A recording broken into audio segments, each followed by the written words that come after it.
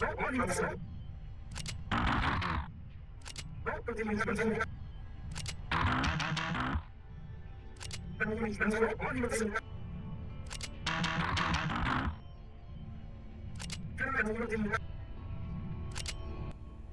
everyone, Social Solipsist here for another episode of 52 and 52, and this week I am taking a look at Steamworld Heist, which is an interesting little gem that I did not expect to have as much fun with as I am. I'm continuing to play this game. It is a platforming turn-based strategy game. Let's go with that. It's kind of a unique format that I haven't seen before, where they've incorporated a number of aspects of typical, turn-based strategy, squad strategy, things like XCOM and Final Fantasy Tactics and those sorts of things, but reorienting it to be a 2D platformer. Now, in a lot of ways, this immediately sounds like a bad idea that wouldn't work very well, but the game does some clever things, both to make it not, excessively simple, which would be issue number one, I think, but also not to make it, excessively weird or complicated or anything like that. The game is set in a spacefaring future where everyone is robots. There is no indication of whether there are any other species other than robots, and they actually play this story-wise in some interesting ways.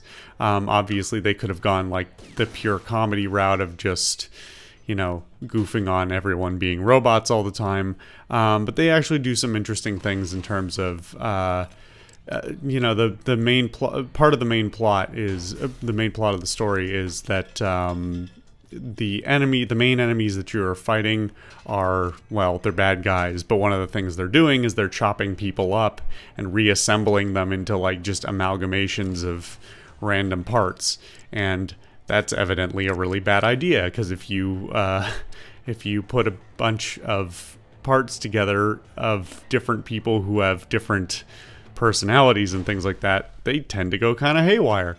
So it's little things like that in the story and whatnot that I think are kind of cleverly done and unique in their own way. Like I said, the main story is, you're spacefaring. You are fighting against sort of this menacing faction of evil pirates, and you are also sort of a pirate who are doing a lot of horrible shit and menacing people, but you also have you're also sort of fighting a royalist empire type of thing that as far as I've gotten in the game yet, thus far haven't shown up to fight me at all, but everybody kind of resents them a bit because they don't really do their job. But anyway, I digress. Gameplay wise, like I said, they do a couple of clever things to make it a bit more complex. The main mechanic is moving around, hiding behind cover, and taking shots with whatever weapons you've equipped your various crew members with. Some weapons are machine guns, some weapons are pistols, some weapons are, grenade launchers and things like that, and there's also a number of accessories that you can equip, all sorts of things. So you can spec out your crew the way you want and take which crew members you want on any given mission. The main battle mechanic is done through manual aiming of your various guns. Some of them have laser sights and things, but typically those ones have like negative things attached to the fact that you don't have to guess where you're aiming. And that can be for better or for worse. For the most part, I would say that the aiming works very well. I definitely frequently feel the sense of, oh yeah, I totally hit that shot. I wasn't sure I was going to be able to make it, but I hit it and I'm feeling really good about it. But at the same time, every once in a while, there's a weird, there's a whole ricochet mechanic where you can bounce your bullets to get them into spaces. And every once in a while, there's an odd ricochet that doesn't quite make sense, or it hits a piece of scenery that you thought it was going to bypass. Especially when you're hiding behind cover, that can be a little bit odd. But generally speaking, it works pretty well. I will say that at the standard difficulty, the game is not super hard, but it is still very unforgiving. In the sense that you don't have a lot of health. You don't have like a big pool of health packs to pull from or anything like that. You have to be, very strategic, or you are going to die very quickly. And depending on the type of mission you're taking on, you may need to switch up your equipment significantly. That said, if you fail a mission, you don't lose crew members like you might in a more hardcore strategy RPG or something like that. If everyone dies, you just restart back on your ship. If some people die, they just don't get XP for that battle, even if you finish it. Although the ladder on that front can be painful. When there's one character I've taken into battle like 3 or 4 times, and she still has 0 XP because she always ends up getting killed before I can get out. So that can be a little frustrating here and there. The bigger issue that I have mitigated through definitely not using cheat engine is that every time you lose or want to restart a battle, you lose half of your money. Money in this game is water, of all things. Kind of interesting, especially since robots don't really need water. At least not to sustain themselves. But yeah, in general, that can be kind of, it behooves you to spend as much money as you can, because otherwise you're just going to lose it. At least in some sense.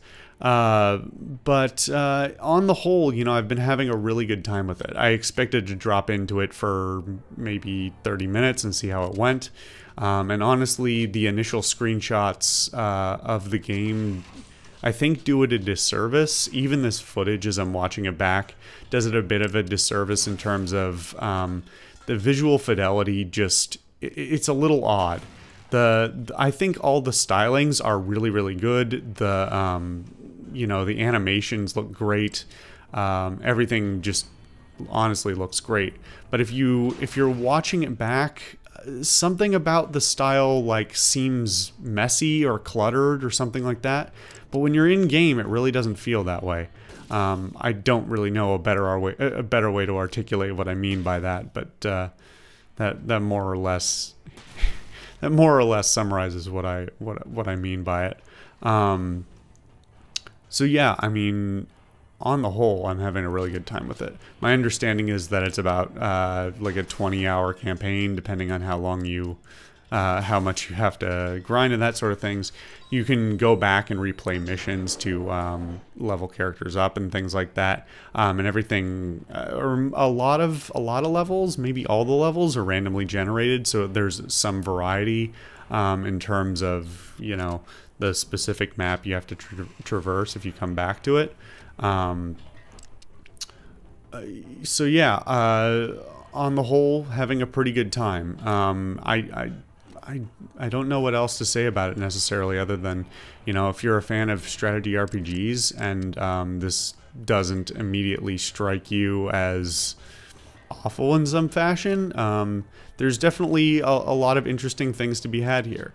It's by no means perfect, but it's pretty solid. Oh, I forgot to mention the music is super good as well. All of the sound design is actually handled really spectacularly.